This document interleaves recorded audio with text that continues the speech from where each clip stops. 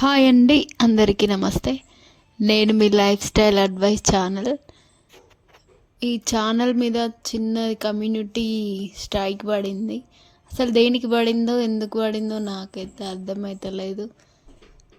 YouTube వాళ్ళు అది strike తీసేయాలని అనుకుంటున్నా. అది తీసేస్తారా? ఒక్కొక్కరు 6 months పడుతుంది, 2 months పడుతుంది అంటారు. నాకైతే ఇది స్ట్రైక్ ఎందుకు పడ్డది, దేనికి పడ్డదో అర్థమవుతలేదు. ప్లీజ్ ఎవరికైనా తెలిస్తే నాకు కామెంట్లో చెప్పండి ప్లీజ్.